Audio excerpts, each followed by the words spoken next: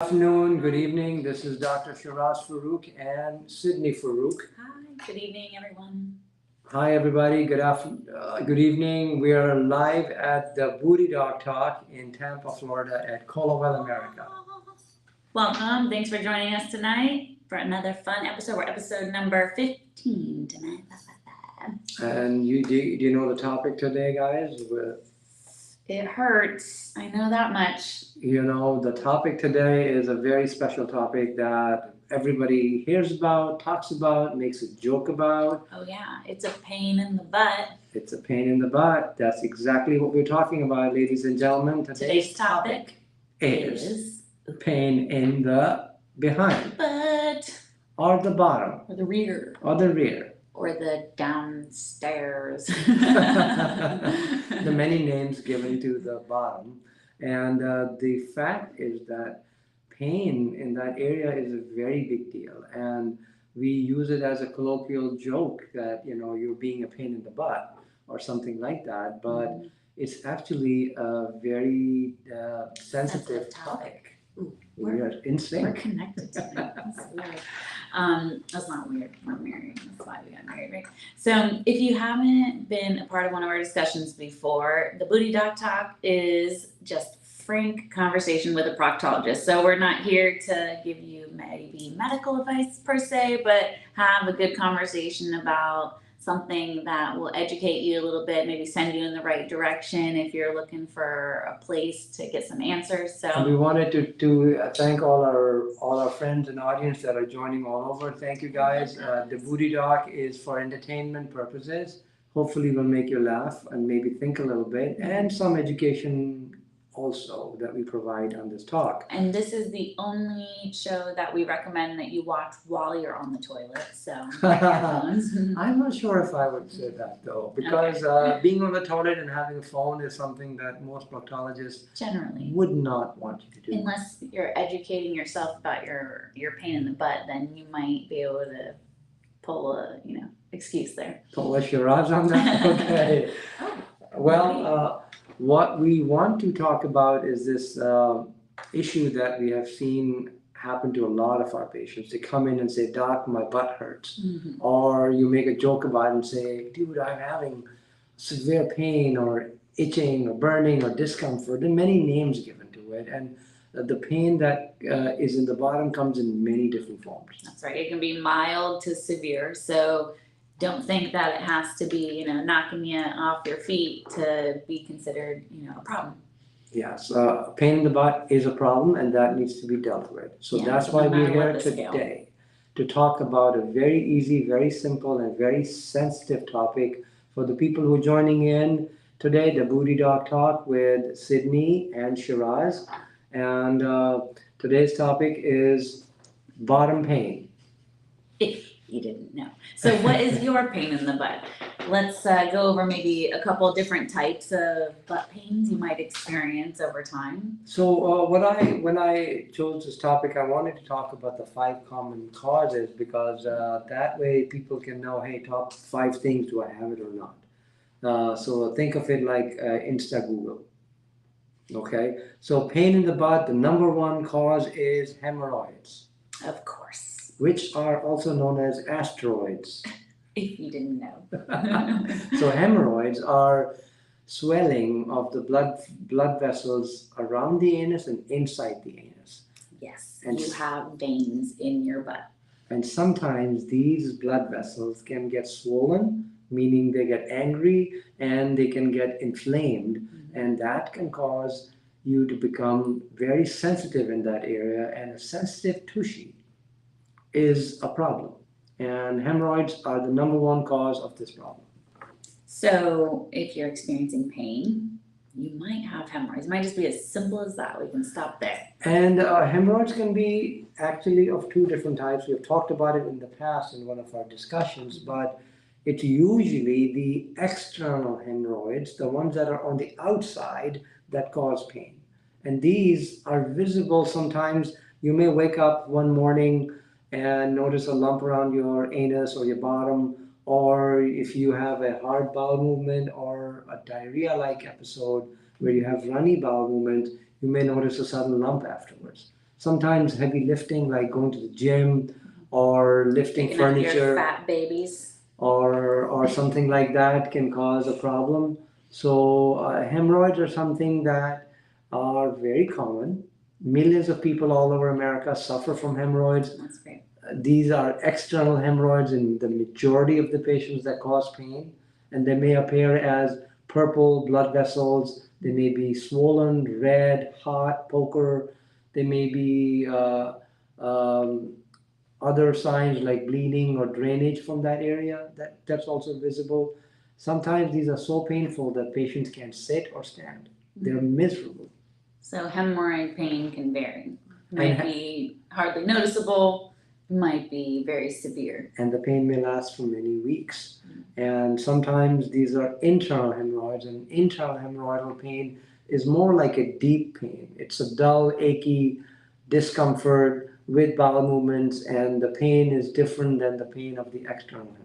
Would you say maybe it feels like a muscular pain, or you say like a deep pain? What do you mean? It's like a deep pain inside your bottom that when you move around, when you have a bowel movement, there's a gnawing feeling or a discomfort in that area. Any cramping? Sometimes there's anorectal cramps associated with that also. Okay. And that can be a thing that can be then dealt with. So if I'm not able to go to the doctor over the weekend, maybe I get a little hemorrhoidal issue or something, can I take pain medication? Do I put some cream or something on it? What am I going to try to do? So what you're asking is what do you do and what is the treatment for hemorrhoids? So hemorrhoids, if you have on the outside, are different than the ones on the inside. So the first thing that we have to do is make some lifestyle changes. You need to start eating more fiber. You need to add more in your diet. If you're constipated, if you have diarrhea, you may need to slow that down. Exercise may be needed if you're not exercising, but sometimes if you are exercising and you get hemorrhoids, then take it easy. So light exercise. Yes. You may need to see a doctor. And before you get to the doctor, you're going to go online and you're going to read up on Google and Facebook and Instagram and YouTube and everywhere else what are hemorrhoids and what do you do about it. So you may want to put a cream or a salve or an ointment or jelly or some topical medicine to help. And nowadays we have a lot of local anesthetics that can be in the gel form or cream form. So you can apply a cream on that area that'll take away some of the pain and some of the swelling. So you can do that. There are also oral medicines that you can take. These oral medicines can be designed to work on your hemorrhoids or they can be designed to work just for pain. So after you've done all of this and you still are having swelling and you're still having pain, please seek medical help. Find a doctor, a provider, or somebody who has an idea what's going on. They should be looking at your bottom and not just saying, oh, it's hemorrhoids and not do anything about That's it. a good point. Sometimes we get patients call and say, he didn't even look. So please have your bottom checked out. Have somebody who's medically knowledgeable and who knows what to do about it, like a proctologist, a gastroenterologist, a surgeon, or an internist, to have a look and evaluate. And they can then prescribe you various medicines for it. Now, there's no magic cream or anything that's going to work to resolve there's it? Lots of magic creams. Everybody here talks about magic creams. What about like CBD cream? No, none of that works.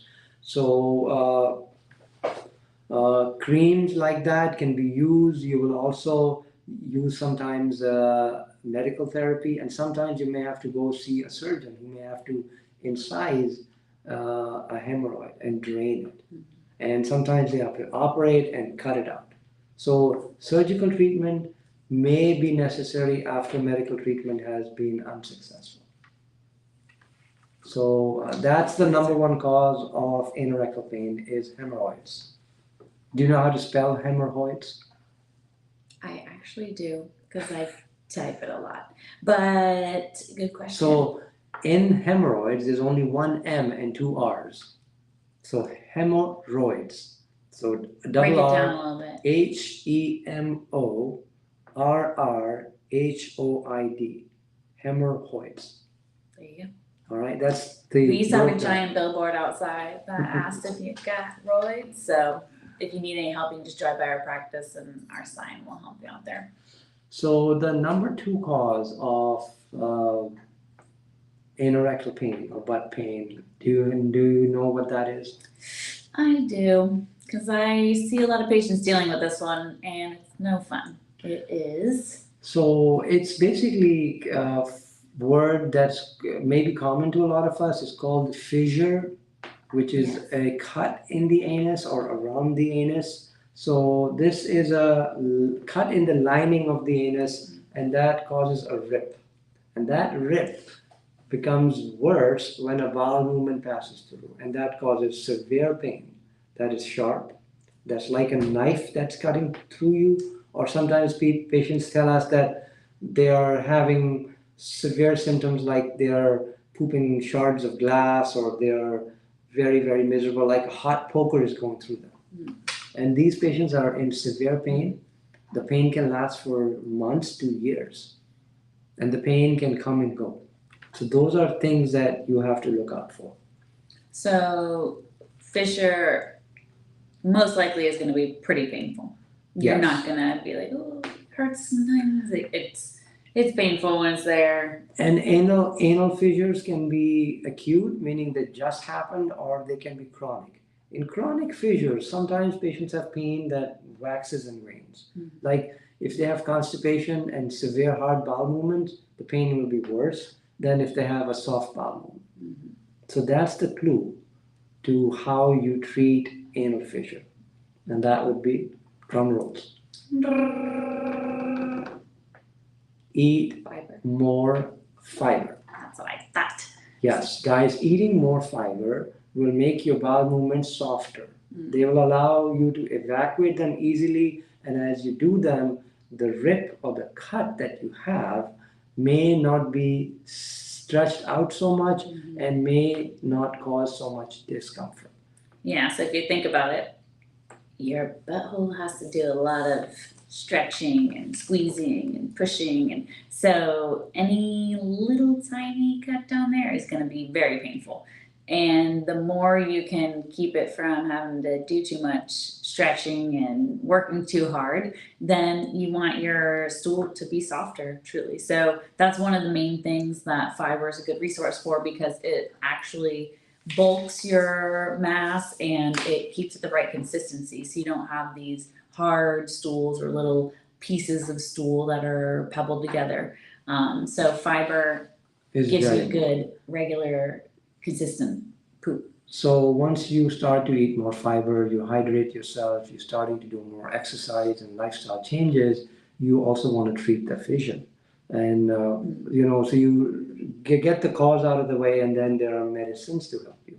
There are creams that can numb the area, like we talked about numbing medicines. There are also medicines that can relax the anal sphincter muscle. That's what I was going to ask about, because isn't part of the issue also the muscle is spasming because of the pain? So what happens is that when the anus when the bottom has a cut in it, it exposes the muscle underneath. The muscle goes under spasm and your bottom closes up. So your butthole or your bottom may close up completely, and you may not be able to pass poop, and you may get even more constipated. So part of the treatment is going to be to relax the muscle, eat better food, and make the bowel movement journey easier. Nice and consistent. Yeah, so the cream that you mentioned, or medication as a treatment option, that's usually before surgery. You want to see if that works before you have to do something surgical. And the purpose of it, again, is to make the muscle relax, so it's not creating so much pressure and tension in that area, and also to numb the sensation of the pain relief. So you can apply some creams, and sometimes you can use injectable medicine like Botox to relax the muscle temporarily. And if that doesn't work, then cutting the muscle surgically is the next treatment for it. So you will have to definitely go see a doctor. You may have to go see a specialist like a colorectal surgeon or a proctologist if your fissure pain and your fissure is not healing. Right. So that is the pathway that I would guide my audience to seek out help. Mhm. Yes, and surgical options are always last resort, but they're there. So if you're afraid, I might need a surgery, go talk to a doctor and find out. There might be another option if you keep waiting and you go from a chronic or acute situation to a chronic one. Then surgery might be your only option. So if you're noticing something's going wrong down there, go talk to a medical professional and get advised. Thank you. So after that comes the number 3 cause of anorectal pain. That's the most common, and a lot of us may have heard of what's called an abscess. Okay, anorectal abscess is a pocket of pus, and that pocket of pus forms in the bottom, and that causes a swelling, and that swelling causes a redness and pain. And the pain is very intense. What is causing it? So it's an infection. What's causing it? Like a hair follicle, or so the bottom? Or if you have a cut there. So good question. So what causes an abscess is it's got multiple reasons. The most common reason is that you have hair glands inside the anal canal. Inside the anus are specialized lubricating glands that make a special lubricant to allow the bowel movement to slide through the anus. So these glands sometimes can get infected, and if they get infected, the secretion inside can get infected, and then the bacteria that grow in there start to eat up the tissue around it. So pus is basically a collection of dead cells, dead materials, as well as bacteria. So when you have a pus pocket around the anus or inside the anus, it is very painful. In fact, these patients or these people have so much pain that they cannot sit, cannot stand, they cannot sleep, and this pain lasts for days until the swelling gets bigger and bigger and bigger, and then it bursts open. And you can have pus and drainage and blood come out, and then you can get some relief. Yeah, so that is a real pain in the butt. Yes. And that is something you're going to have to seek medical help. That's going to be a little bit of a long recovery too. So it might require multiple drainages. Surgeries may have to be done. Be a surgical drainage, think about it. Or you might require antibiotics also, because the treatment for pus is to make an incision and drain the pus out, evacuate the bad stuff, and let the body heal. For some patients with diabetes or other immunocompromised situations, you might have to give them antibiotics on top of that to allow the area to heal. So anorectal abscess is number 3 on our list of pain in the butt situations. Medically speaking, guys, okay? Okay? Number 4 is something that is relatable to an abscess. Oh, yes. What is it, doctor? So number 4 is sometimes combined, and we call it fistula disease, and sometimes abscess and fistula are combined together. And the reason for that is that the infection that starts in the hair glands can also tunnel out to the skin. And when it eats away and tunnels out, it causes a tract to form. And through that tract, poop and pus and blood and drainage can come outside onto the skin away from the anus. Okay, what I want to know is, how did people deal with these problems before medical innovation? Oh, that's a very good question. Okay, so here's something I'm going to tell my audience. Aristotle was the original surgeon. He was a barber, and at that time, lancing an abscess, the anorectal abscess, was big surgery. So people would come from all over, wherever they lived in that area, to Aristotle and people like him, and they would not only shave their heads and stuff, but they had knives and incision and drainage tools like a poker. So they would take they would actually hot poker the pus cavity and drain the pus like that. So surgery's evolution is from an anorectal abscess and goes back to the time of Socrates and Aristotle. Okay. So yeah, so that is true. That's So a the very good reason point. the reason I thought about this because I'm a little familiar with the process for treating a fistula, which is kind of complicated. So fistula is a complicated problem. It develops after an abscess has not drained properly, and it develops a tunnel which has a outside opening and an inside opening and tunnel through which poop drains out. It's almost like a little pus worm is eating through your muscle. Correct. That's a good way to look That's at kind it. of how I think about it. So fistulas may have to be cut open. They may require multiple treatments. They may require medicines. There are some circumstances where we even have a laser that can sometimes treat them, which is not approved in America yet, That's but cool. it is coming. I So- saw that technology. It like cauterizes a little tract as it goes through. Yeah, so we have various ways, like a hot poker coming out. So we are learning to evolve and come across new medical treatments. for Well, them. at least the good news is if you have a fistula, you can get a cool laser surgery. Not yet. Not Not in America. You can get it. No, Go fly over don't there. give that information. Mexico. So fistula surgery and fistula treatment is a highly specialized problem that colorectal surgeons and proctologists are trained to do. So the general message to the public is seek and find a specialist who can help you with that. With a hot poker. No. He But- goes by Aristotle. He's on 123 Medical Avenue. It's a great hot poker technique. You also have to improve your diet. Okay? No, Yes, here again I'm emphasizing. I don't want to again eat and fiber. You have to eat fiber No. because that's going to make you poop better and not give you hemorrhoids, I'm fissures, allergic to ground flaxseed. Well, What do there you are- tell me then? Okay. What's your option? There are other forms of fiber. There's I'm psyllium allergic to husk. flaxseed. Okay, then you can do psyllium husk and stuff like that. So there's many other fiber forms.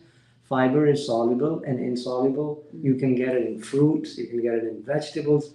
Most plant-based diets will help you with I fiber. hate fruits and vegetables. I'm just Well, most of Americans are like that, and that is causing us a lot of medical problems. So fistula disease, abscess disease are two of the common anorectal problems that can have issues with that. kidding. So have a better dietary education. You can maybe prevent some of these issues, or if you have them, you can improve them Correct. with better diet. Okay. What else? Ooh, my stomach is growling. So you need to I eat need more some fiber fiber. because if you have fiber, you'll feel full and you This won't is have the another stomach. benefit. You may have heard that fiber helps you lose weight, Correct. which is true, but it's for two reasons, not like you think. It's not like a weight loss drug, but it makes you feel fuller because it's Correct. bulking your mass in there, and it evacuates you more. And you can lose all Consistently. the cholesterol that your body makes. So start to lose cholesterol slowly over There's some molecular stuff going on too. Correct. Yes. This is why we love fiber. So yes, eat more fiber, you'll lose weight too. Yes, so you were able to bring up flaxseed, which is a very good fiber, and very, very few people have true allergies to flaxseed. It's one of these inert, non-GMO products that are very Until you excellent. start telling people to eat it, and then a lot more people are gonna have an allergy to it. Well, Remember gluten? a lot more people Just will kidding. also get better. So Yes. flaxseed is a very good fiber to try. Number 5 on our list is a very interesting topic. Okay, this one, yeah, Have you- enlighten us on this. Okay, so I'm debating, whether I should talk about proctalgia fugax, which is number 5 on our list, which is proctalgia means pain in the bottom. Okay, fugax means fleeting, but there's also another word called fugazi. So this is not proctalgia fugazi. There's Okay. a band called Fugazi, look them up instead. Okay. Fugazi is an Italian word which means fake. Okay. But this pain is not fake. This is real pain. Oh, but I can see the relation. So proctalgia fugax is the number 5th on our list, which is also sometimes known as levator spasm and goes by other names. Also, what is basically is something that we don't know anything about yet. And we think that it's So a it's like muscular phantom problem. pain. phantom pain or muscular pain that comes in very quickly, very shortly. It changes with movement and it gets better sometimes. And sometimes you treat these with medicines. And a lot of times changing the body habitus with exercise, adding more fiber, all of those things can help. So that's a common cause. But another common cause that sometimes is also listed, but I don't have time to talk about it in much detail, is anorectal cancer. So anorectal cancer can also present with pain. It can also present as a fissure. It can also present like a hemorrhoid. It can also present with an abscess or a fistula. You can't tell people that. Now everyone's going to think all of their rectal pain is cancer. No, I'm not. That's why I'm bringing it down on the list of the number 5 or number 6 cause. So be aware. Be aware that there are other serious... Don't take light all of your little problems. Sometimes they're pointing a finger at something more serious too. Correct. So please do not disregard anorectal problems. Anorectal problems can sometimes be a harbinger for something serious like anorectal cancer. Did you know that E.T. was a proctologist? That's a good one. They made a whole movie about it. He has long fingers. I like that. That's and he's always going to the moon. Asteroid, okay? Astronomer or astronaut. I like that. Anyways, jokes aside, guys. What have you learned today? There are 5 main causes of anorectal pain. How many other causes are there? Lots more. But the number 1 is hemorrhoids. Number 2 is? Oh, we are going to the last one. Fissure. Sorry, I wrote it down. I was about to ask a question. Number 3. I don't know if you want me to ask it. I'll ask after. Number 3 is a abscess. Anorectal abscess, and with that could be a anorectal fistula. And number 5 or number 6 could be rectal pain, which is called proctalgia, fugax, or a serious problem like anorectal cancer. Phantom fake rectal pain. No, but because of that, I don't want people to understand that they don't have anything. I know, I'm just using, I heard his stomach too growl, by the way. So he needs fiber also. We eat the same thing, so our grapes weren't fibrous enough today. Okay, well, we have a couple minutes to show, but I was going to ask a question about. Yes, talk about it. We should do a whole show on this, but should anal sex hurt?